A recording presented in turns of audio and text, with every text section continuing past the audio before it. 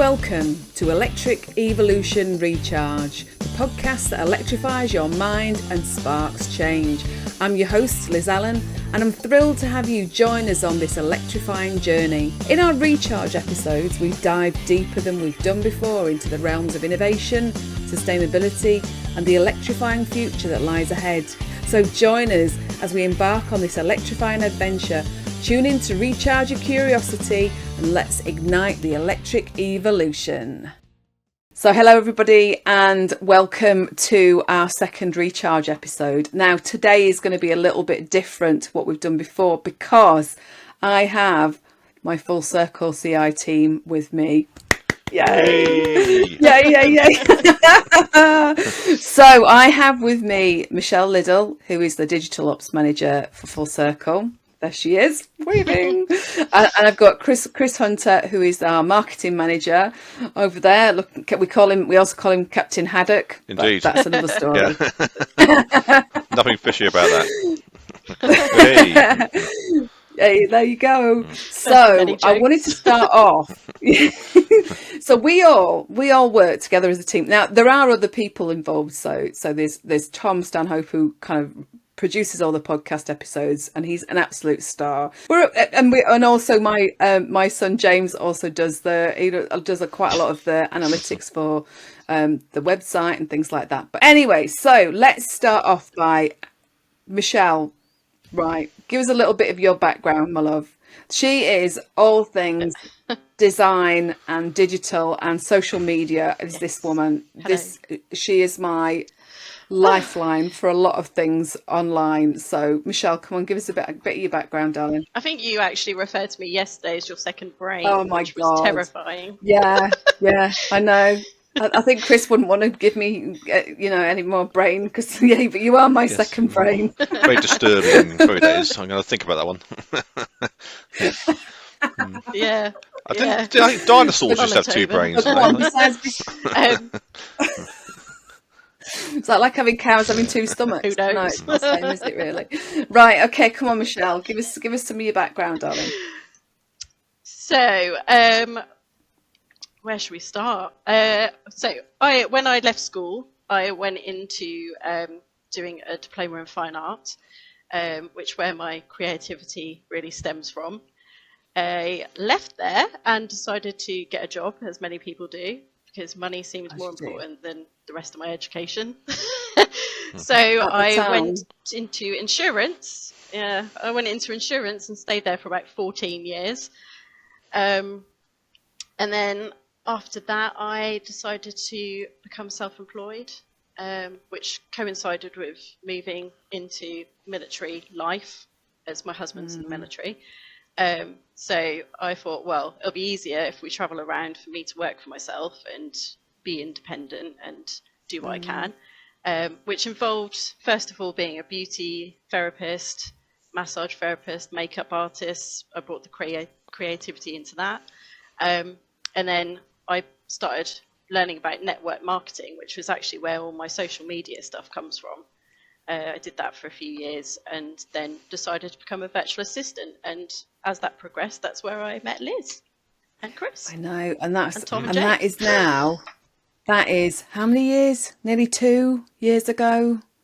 Nearly 2 years, yeah. Yeah, it is. And Chris and I have been working together over 2 years now, which is it seems mental. Seems like only yesterday, but also an age ago at the same time. It's like I'm so sorry about that.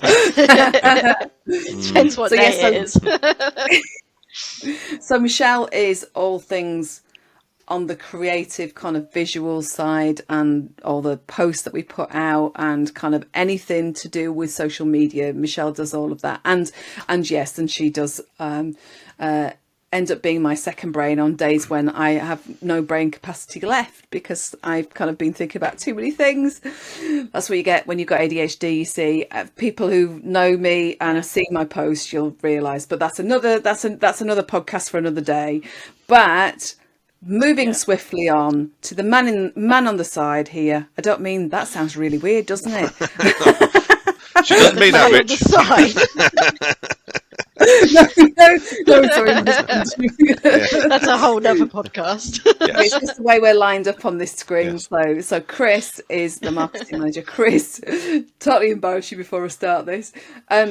Come on then, give us some of your background as well for those that don't know you. Yeah, okay. I was what you describe as a bit of a late developer. I sort of spent most of the late teens and early 20s messing around, did a bit of travel, running a record shop, all that sort of stuff, Can't really. believe that. Stuff you want to get out of your system, and then you realise it's good fun, but you're not making any money. So I went back to university when I was 27, I think, and did a sort of a combination law and property degree. Went and worked up in the city in the West End, doing that bits and pieces, commercial property stuff. Met a couple of people there who asked me to move into another business, which was all credit related. So I still actually am a member of the Institute of Credit Management even now, and that involves sort of like trying to resolve why people weren't getting paid or why companies were basically not succeeding particularly well. It's usually a case of just getting the sales team to speak to the credit control team and knocking heads together. So I did that and a bit of recruitment as well for them. And from there, they were working with a law firm in Guildford, and the law firm were looking for someone to take over doing all their marketing and social media and stuff like that, which interested me because I was doing quite a lot of that for the credit company I was working for. So I went there, and that's where from about 2008, I think it was, right through to 2021 or 2020 or so, I did law firms basically in terms of like getting onto the management team, doing the social media or the copy, getting people to go out and sort of market themselves, network and stuff like that, which was good fun, interesting, learned a lot very quickly. And then during the pandemic, I sort of stepped back out of that and thought, this is an ideal time in the middle of a pandemic and stuff to start your own business. What could possibly go wrong? So I sort of then started working for myself, doing copy and again, pretty much what I was doing for some of the law firms, etc., but for other clients. And in fact, actual fact, it has been really good. I've enjoyed it. I like having a bit more of the freedom and time. And so I've been sort of dotting around doing bits and pieces. I met Liz. I think I saw you had an advert on, what was it on? It was on Indeed, or something like that. No, It it was wasn't looking for, Indeed. I can't remember where it was. It was like a little kind of online newspaper yeah, type advert thing. that's it. And you responded. I had a variety of Yeah, variety of weird and wonderful people responding who didn't have any of the qualifications that I was looking for at all. But no. you were like, oh, when I saw it, I was like, oh, this man can definitely do this. Thank you very much. It was quite funny. 'Cause I think you try to actively put me off the first couple of responses. It's not very much a week. It's only a day or so, a month or so out, and so anyway, pushed on. But anyway, writing is the one thing I really enjoy. It's about my only true superpower, so I could do that, and I do a bit of creative writing. But copywriting for businesses is I really get a buzz out of it. So that's what I do. That's why. Well, where we are now, really, and myself and Liz have been sort of working together for about 2 and a bit years, I think We it is. have. Yeah. So it's been a while. So if you see things, it was one of those things, wasn't it, that we kind of used my profile a lot on LinkedIn because it was kind of like, do we use Full Circle or do we use Liz's profile? And I had quite a lot of contacts on there, so it sort of made sense for us to put posts out on social media from my profile. So, but for those of you that are watching and listening to this, if you're seeing posts from me, it doesn't necessarily mean it's from me. It's more likely to be from Chris. If it's anything a bit more very well written and a bit more deep. I can't even speak. A bit deeper. God, see, that just shows that's how I don't. My brain just goes like that. Then it'll probably be from Chris. But we're I think what Liz is heading towards here, if it's ridiculously pretentious, I wrote it. I So, didn't like, mean it like that. Oh, it's not at all that. I did. Oh my God. Yeah. No, So, he's been brilliant. He's been brilliant, honestly. And we realised that after a few months, kind of, we needed somebody to put all the graphics together and all the social media kind of scheduling and things, because, that was something that I found. I could write copy, but not as well as Chris, and probably in about 4 times as long. So it was really important for kind of Chris to be part of this. And then I found Michele, didn't I, through a group that you'd left it on Facebook. Sorry for those of you that don't like Facebook, but hey, but yeah, so we kind of connected through somebody, we were a mutual group that we were in to do with Lisa Johnson. If you don't know about Lisa Johnson, she is a millionaire who's literally kind of made her living delivering courses, which is, I mean, the stuff that she does is really, really good, and it's all for women, who are women entrepreneurs. So it was really interesting, and kind of bringing Michele in at that time, it was perfect time. And actually, all three of us get on really, really well, don't we? We don't often, we kind of get together every 2 or 3 weeks, and Michelle's more, me and Michele talk more often. In fact, poor lass, she gets phone calls when I'm on the way to pick my son up from school. And we did joke about the number of times that Chris has actually rung us. Or Michelle's rung me, but Chris has started ringing, which is, it's kind of dipped out now, Chris. So, but anyway, do you know what? I think I probably could do with explaining a little bit about what Full Circle do and where all this came from in the first place. If you explain to us, then we'll finally know what's happening. Who do we work for? Where are we? What is our objective? Take notes. The objective of today. So I have been involved in business improvement since the late 1990s, and the reason I kind of got into it was that I'm originally, people who've been listening and watching this will know I'm originally from West Yorkshire, and originally from Halifax, and I moved down south in 1995. I was kind of involved in customer service before then, and funnily enough, and I think Chris, you might know this, but I moved into a company, the same company I moved down from that was working in Leeds. I worked in their head office in Slough, in credit control. It was kind of export credit control, but I used to call it export finance just to sound a bit poncy, as you do. And anyway, so I worked for them, and I've got some really good friends that I still see from there. I moved on. The company was taken over, so a load of us moved on around the same time, and I worked in defence for a while in contracts, which was interesting. Defence contracts is a very different beast to what I was working in before, which was kind of heating and ventilation, and I was in parking technology before that as well. So it was a really different beast. But I noticed when I was working for this defence company, one specific defence company that I won't mention the name of, that there were a number of issues with their processes that I could see were problematic, and I'd kind of suggest ways to actually improve them, and nobody really listened. Is it because, I kind of thought really that it was because I was employed there, and, people just carried on with their work and they didn't recognise the need to actually make anything different or change anything. They were just used to kind of getting on with their work and not seeing a way of getting out. So I ended up I kind of reinvented myself as a consultant, a business improvement consultant, and the work that I was doing at the time was in export.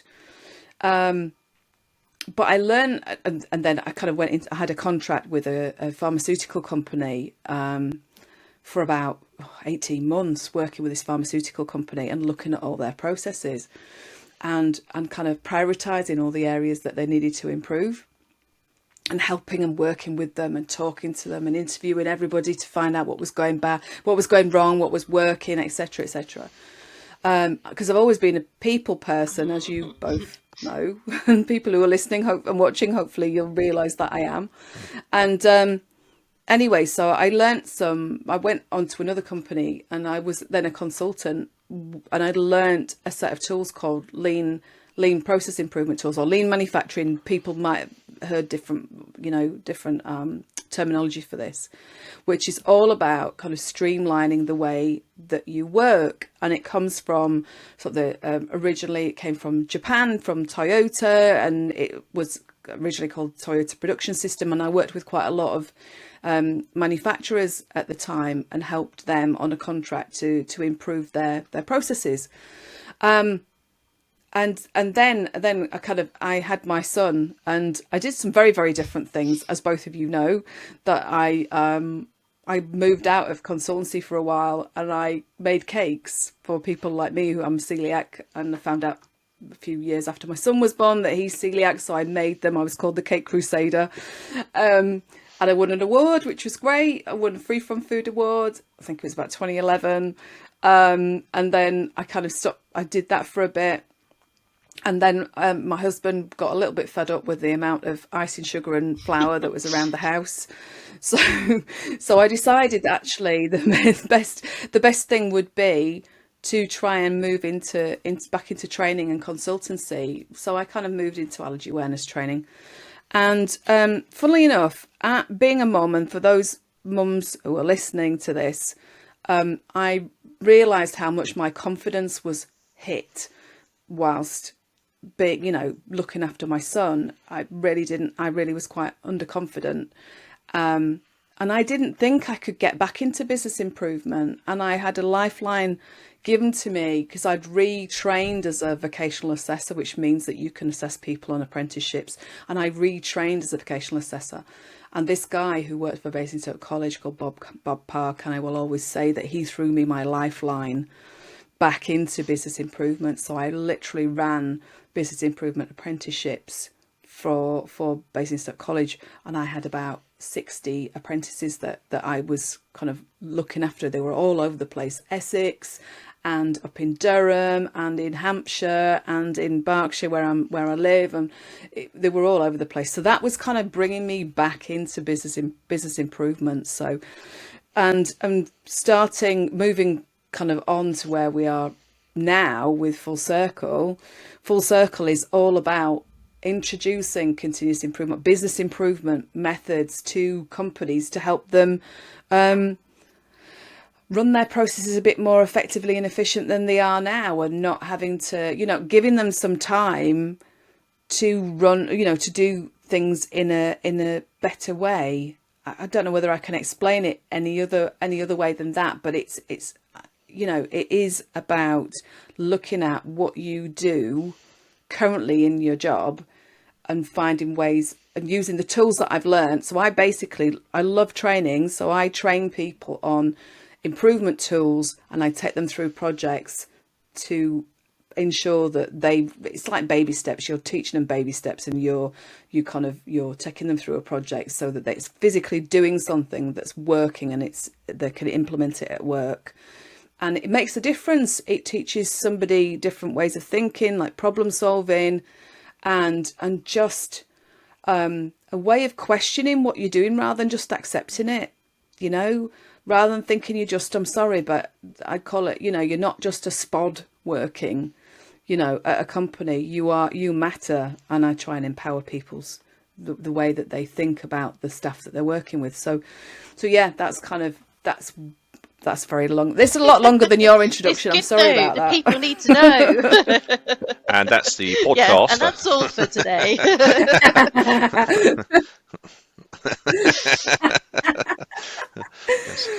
But yeah, so yeah. But while we've been working together, we were kind of looking, weren't we, at a sector to get into.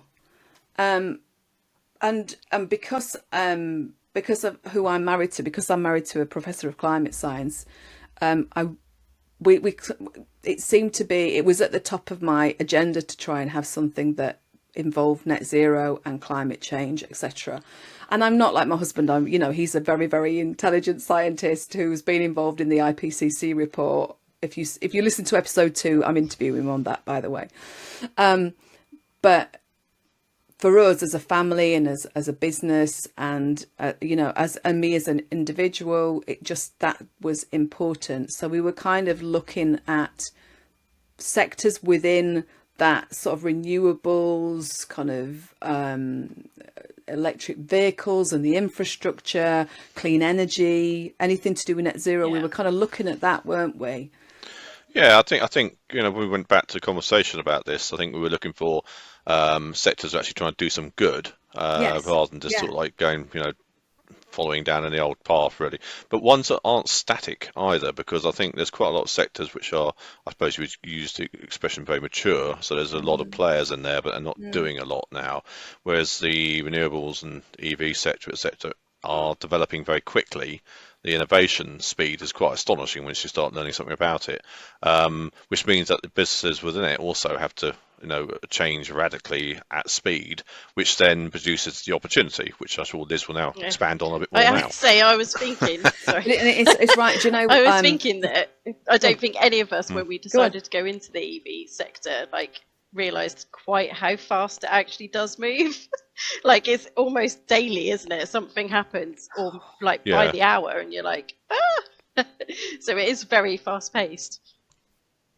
Exactly. And everybody in the EV and especially the infrastructure sector, they're all so absolutely amazing people. They're just so lovely. I've not met anybody yet who's not been friendly and interested and and wanting to do that. Everybody wants to do things for the right reasons, which really kind of it kind of everything that I wanted to kind of work, the places I wanted to work with, these are the people that I saw, and I just thought, bloody hell, these people are just, they're, like you said, Michele, everything's really quick and there's all this information coming through, and I was just thinking, wow, hold on to your hairnets, everybody, we're in for a bumpy ride, you know what I mean? Because actually, but in a really good way, because actually just monitoring, so I was kind of, I think it was probably my first tentative first steps were I went to Fully Charged with my husband kind of April last year, and we literally went to Fully Charged at the end of it was a Sunday afternoon. I don't know how the heck we decided. I saw something on LinkedIn. I thought, oh, that's quite interesting. Oh, and it's Robert Llewellyn. Oh, I like Robert Llewellyn. We used to love Red Dwarf, and it was one of those kind of things. And we went, and I was just like, wow. Look at this. This is great. And following on from that, I researched it. Being ADHD, I'm very good at hyper focusing, and this was just like I'm like a sponge. That's why I need Michele to be my second brain. I'm kind of like, and this and that and this and that and this and that and whoa, all this stuff that just amazing that's going on, and the companies were just brilliant. So actually, the companies that we want to work with are you guys, charge point operators and the EV infrastructure sector, because we know how hard you're working and we know how much effort you're putting in. No matter what anybody says out there about charge point operators or the infrastructure, we know how hard you're working from the inside. That's an interesting point as well, in terms of when you say, like, no matter what people say, because I think the one thing from sort of dealing within the sector at the moment, the EV sector and the infrastructure sector, is you suddenly become aware of how clear and defined there is a campaign in certain elements of the media who feel threatened by the sort of advance of electric vehicles, etc. And some of the stories to put out there are just total nonsense. But if you haven't got some of the knowledge there, some of that stuff may stick. But you see it time and time again, things which, if you spent a little bit of time just talking to people and reading up about how, the EVs work, how the infrastructure works, how the rollout is going on, and net zero, etc. Then you just look straight for the stuff and say, why are they writing this? And it's been very interesting, and you get responses from people, some of the key players in the EV sector, who are, I think, remarkably controlled in their responses to how annoyed they may really feel about some of the stuff they read in the papers. Yeah, and I know I've written stuff, or you've written stuff. Between us, we've written stuff, and there has been occasions where I've kind of I've contacted you, Chris, and gone, oh, somebody said something, can you help me? But also, if there's something, I think there was something we wrote about battery technology, and I knew who to contact. I knew Professor Colin Heron, and I knew Dr. Ewan McTurk would be able to help. Do you know what I mean? Because I just thought, well, there's no point in me coming back with a retort that is kind of inaccurate. So the fact that we've been running these podcasts for kind of the moment is 7 months, isn't it? It's provided us with that ability to maybe, I'd love to say that we would at some point be seen as a bit of a mouthpiece for this in a positive way, because I can understand the people having their negative views, but it doesn't mean that they're right and they've heard all this from people who haven't got, kind of a clue about what's going on, it's all Chinese whispers and this and that and this and that. And I like driving my diesel car. I like driving my petrol car. Yes, I've still got a petrol car at the moment, but we want to move, we want to move to electric. We've got solar panels, we've got battery, we've got electric car charger with no car It's on its just way. yet. But, but we've got to move forward with all this. Yeah, we've got to move forward with this, haven't we? We can't. We're talking about a crisis. That if we let all this negativity kind of just remain, then we're not going to be getting anywhere. Sorry, I'm in my orange box again. But you're now, right, aren't I? though, because it is happening. Well, no, but that's an interesting point though, because Can't get away from it. yeah, and also on top of that, of course, the government are driving towards an actual, a target of 2030, which isn't very far away. So, people need to get on board with it, and to a certain extent, I think the government body needs to get on board with it a bit more to actually deliver on that. But that comes to an interesting point though, Liz, because you touched on already about how a lot of this stuff personally means a lot to you. Do you think without that, you would have still found your way to the EV sector? Would you have recognised that as a sector of interest, or do you think it really is the driving force that who you're married to and your own personal feelings about climate change? I'd like to say that I would have done, but I don't know. I'm hoping, because if you look at the stories about, even just look at the stories about air pollution. And I'm such an empath. God, sometimes it's quite difficult. But hearing the story about the little girl in London that died, who was kind of 8 or 9 years old, and you hear stories like that, and you just think, on her death certificate, her mum had to see that part of that was about air pollution. So I'd like to think that I would have come to that. But of course, because me and Rich have been together since we've been together 23 years now. So, and because his career has changed, and he's, like I say, been involved in IPCC and all of the other things. It's always been there. It's always been there in the background.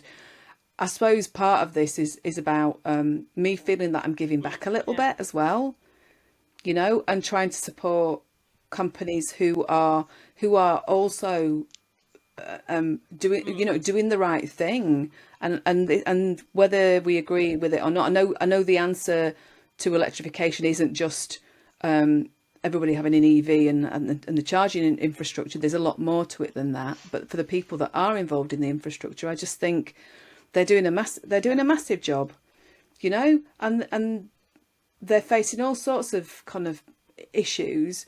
But if we can help them, then that's all that matters to me, to be honest. Yes, I think it works that you're working with companies that are aligned to your values and principles, aren't you? Because that's what a lot of people go on about in business is their values and everything within their brands. But how many people are actually living up to that? I think you have personally gone above and beyond with your value and mission, because starting the podcast, doing all the work you do, all of what we do as a team as well. It's fast paced. Trying to keep up with things, especially on the social media front, is a full-time nightmare.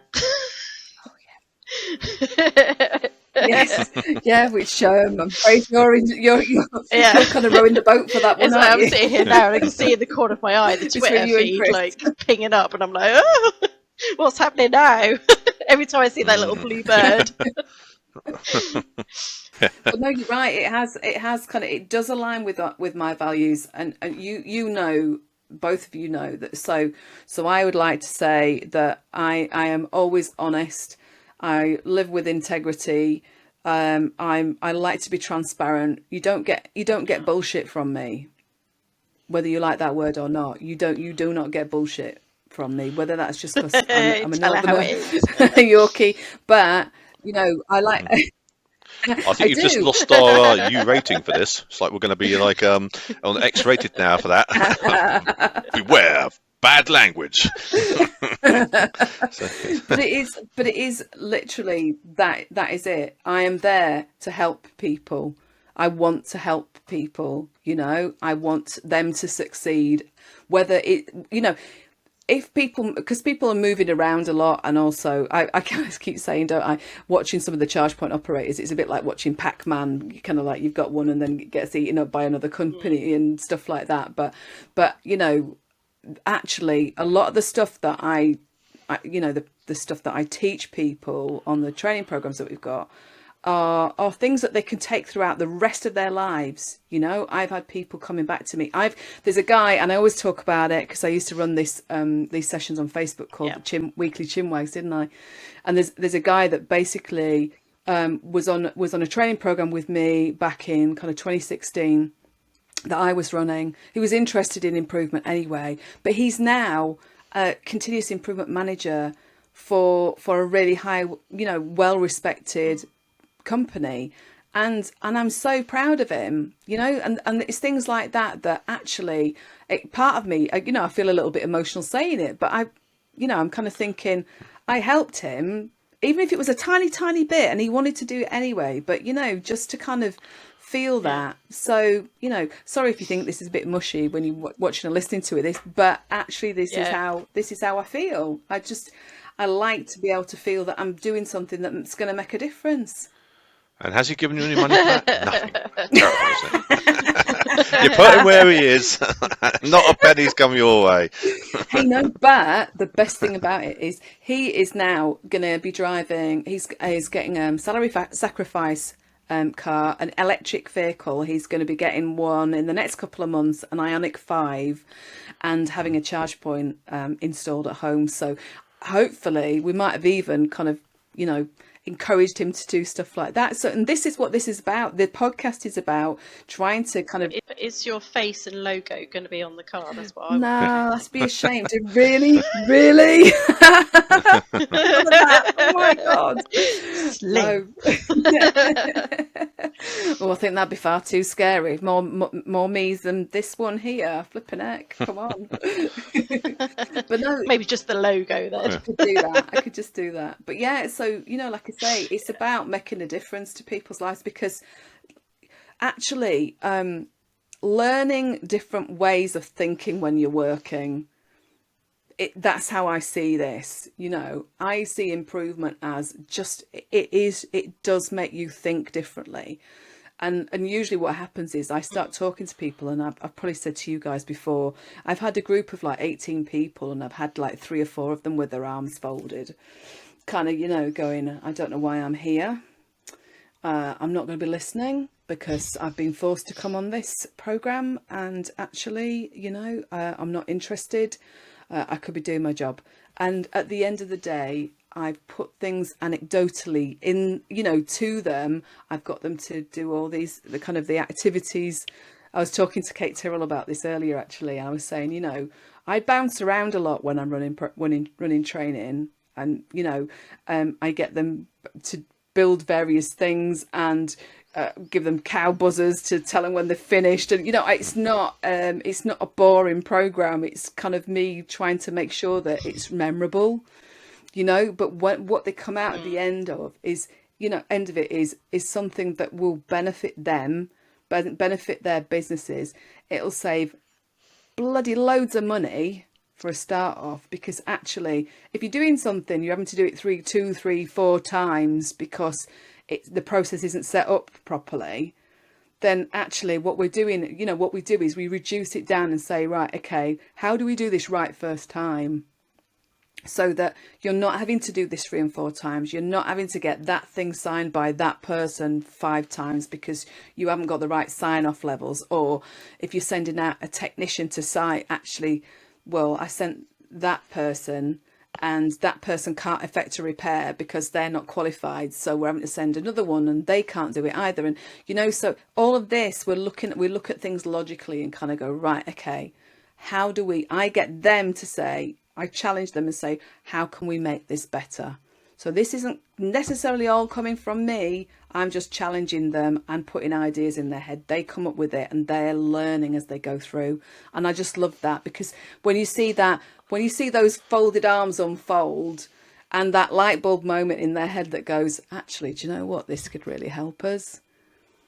To me, that just that makes my day. I just go home and I'm on a high. It's a bit like, and we've not had many gigs when I met my husband in the band, but we had a few gigs, and it was kind of like that, where you kind of go, it's just like a little temporary, like, wow, that was brilliant, and then feel knackered the next day. But there you go. Yeah. I mean, I've actually done our Initiate course, and I use it. Like, it changed how I think about what I do in full circle. Did it? And Brilliant. I've sorted out some of my own processes. And yeah, I mean, it's not a boring course. It is, as you say, it is fun. You have to check out our social media posts on gamification. Gamification, darling, yeah. To know what we're talking. Yeah, gamification is something completely different, isn't it? Yeah. I mean, I was never here to kind of to flog the programs. As I just I want people to understand about them. But when it comes down to them, you know, we're going to be so we're going to be running a webinar for ChargePoint operators on the 30th of June at 12 o'clock, and I've got a few guaranteed speakers who are going to be joining me as panelists that will be coming from the sector, including John Curtis from the EV Cafe and Kate Tyrrell from ChargeSafe. They'll definitely be there, and this basically is dealing with questions that have come up because of a consultation document, a government consultation document that is out, looking at ensuring that the ChargePoint operators have got robust processes in place. Basically, on this webinar, we're going to be talking about the potential impact of this on ChargePoint operators and how to kind of manage and monitor and create, if you haven't got them, the processes that go with it. So we'll be talking about that. But the idea is that I'm really looking for ChargePoint operators to come on the Initiate program, this is what Michelle's talking about, either as individual ChargePoint operators coming in as a group, non-competing ChargePoint operators, because I would never ever put you into a situation where you're all competing and sharing things that you didn't want to share, or kind of actually there was a couple of other offers that I'm going to put forward, because I want to make sure that this change in the infrastructure is supported, because it really needs supporting. And if you haven't got robust processes in place, then you need to be talking to us, because that's how we can help. You know, so really, if you want to, hopefully those of you who are listening and watching will be able to kind of join me. We will add a link to the webinar's on Microsoft Teams, and we'll add the link to this podcast anyway. But like I say, join us or just check the programs out anyway. I've never said I'm not a salesy kind of person. That's not how I am. I just want people to see the benefit of this, and if I can support you, or we can support you, then that will hopefully make a big difference for you.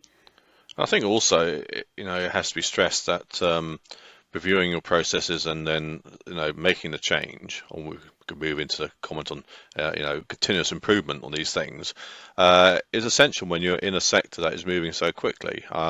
Reminds me of like the dot-com boom back in the early 90s, where there's a lot of players in that market, and by the end of it, you know, there's a handful left standing up, and most of those are the ones who were looking behind them, checking that their firm was actually, you know, I suppose solidly put together, and continuously reviewing what they were doing. And it really does pay dividends in terms of your own sort of profitability and the ability to flex when the market flexes. So, you know, it's the government may be sort of like coming along and saying, you know, you've all got to work along to this sort of gold standard we put over there, but to a certain extent, I think most companies should be doing that anyway, and players just to, it's easy for me to say that because I know that a lot of people in the sector are having to continuously look ahead and say, what's coming up. I need to adjust that. I need to go to that event. I need to get out there and sell, sell, sell. But you do need something behind you that is going to be able to provide what is needed when you turn around and say, look, I've got all these people want us to do this stuff. How are we going to do it? So, and so I think it's essential just to stress that as well. I think just for most businesses, that the courses being offered by Full Circle really will help you as a business, just become more successful. Yeah. And I mean, I do understand that a lot of the charge point operators are really, really busy. I get it. I totally get it. Like we're saying, we're seeing this all the time. The infrastructure is growing so much. But when a lot of them have grown from real entrepreneurial thinking and backgrounds, and a lot of the companies are evolving, and they've gone from one person to 2 to 3 to 4 to 100 or whatever. And actually, as you move forward through that, as you're adding people on, you can't do what you did when you were one person. You really can't. The way that you run your business, if you run it the same way as you did when you first started as one person, then you won't be able to succeed in the moving forward. But there is also the other thing, when you start bringing people into that situation, bringing people in to work with you, you also end up, everybody's so busy, you create silos internally, and you don't mean to, but it just means that everybody's just concentrating on what they're doing. So the other stuff that we do, I have a personal belief in, is reducing that level of siloed working methods. When I've worked in businesses where I've walked around and I've known more people than my manager who'd been there in for a number of years, just because I go around and talk to people and find out how what they're doing. If people aren't doing that when they're working, if you don't know what everybody else is doing, then you're in a silo. And it's about reducing that. It's about stopping that from happening, because that doesn't do you any favors, because actually then you start becoming finger pointy, and people will go, yeah, well, they didn't do that for me when I asked them to. Well, do you know the reasons why? So we kind of break all that down as well. I think it's something I learned when I used to work for a couple of the legal firms, is quite a lot of the management teams would be sitting on little pods on one side in the corner of the office, or some of them even had a separate office. I always sat out in the middle of the floor, amongst the legal secretaries and some of the junior lawyers and stuff like that, because I learnt more in a few hours just listening to chit chat, not trying to eavesdrop, just understanding what's going on, what the actual problems were, exactly who's going out with who, But it's more to do with what the actual problems being faced at the, I suppose, ground level were, so you could address them very quickly, whether it's to do with trying to get ID checks or money laundering or whatever it was to do with people with the challenges. Because I think if you exclude yourself from the people who are on the pointy end of your business, you will very quickly just lose track of what is real, what counts, what goes on, and what's important to the people you're working with. So I totally agree. You've got to get in there. And if you look at the people who are also important, are the customers. They're the end user. They're the customers.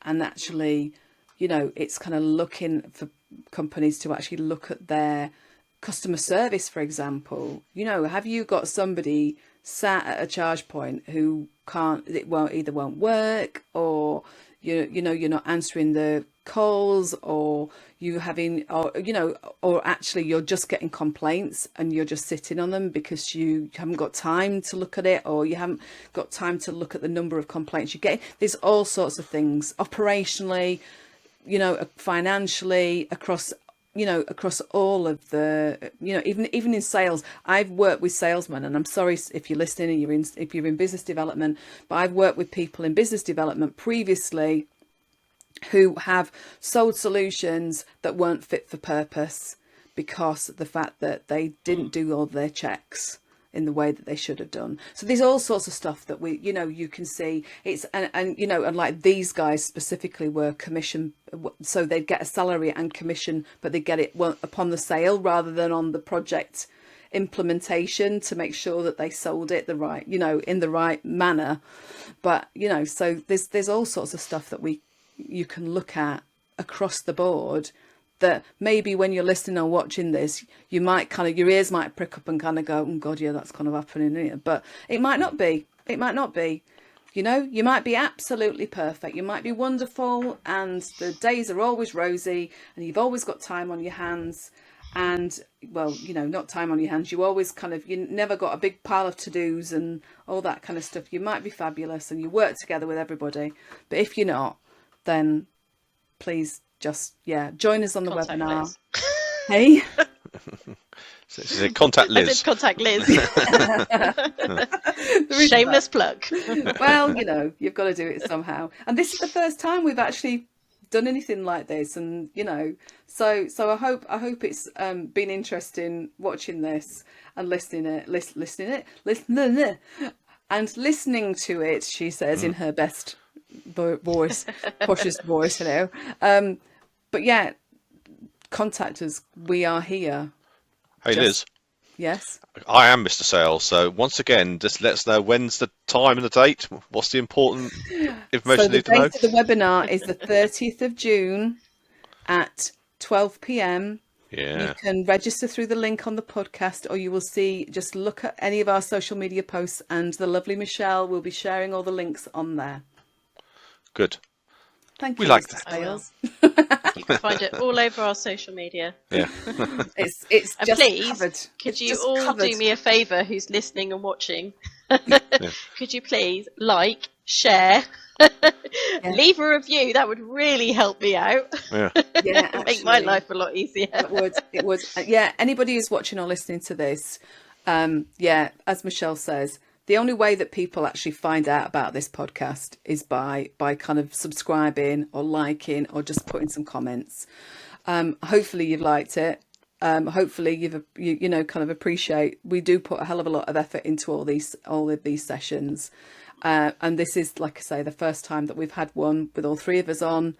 But yeah, join us, check us out. It's fullcircleci.co.uk. Haha, there you go. Very good. I'm telling her now, Chris. Oh, well, listen. And if anyone would like to sponsor the podcast, oh my God, yes, sponsorship. I that can't would be wink, great. but you know what I'm trying to do. I look evil, but I'm trying to wink. I think Michelle's also after the driving a Fiat. Was it a Fiat? What? Oh, Michele. If you're listening, I would really like to try your electric Fiat 500. It's been on my vision board for years. And I would like to live in a tiny house in the woods, away from everybody. But not a husband. A husband will be with her. Yes. Oh yeah. He will be there. Oh, hey, well, listen. On that note, I want to say thanks to both of you for joining me on this. It's been great. Hopefully, everybody who's listened and watched have enjoyed it as well. So, thank you, both of you. You will see us. You will see us around on social media and videos and all of the rest, and the podcast, of course. But until next time, I'm going to say thank you for listening and watching, and I'll see you later. Bye bye. Thank you, everyone. Bye. Bye. Thank you for watching Electric Evolution Recharge. I hope we've sparked your curiosity and inspired you to make positive changes. I'm Allan, and I'm looking forward to sharing the journey with you. So until next time, goodbye.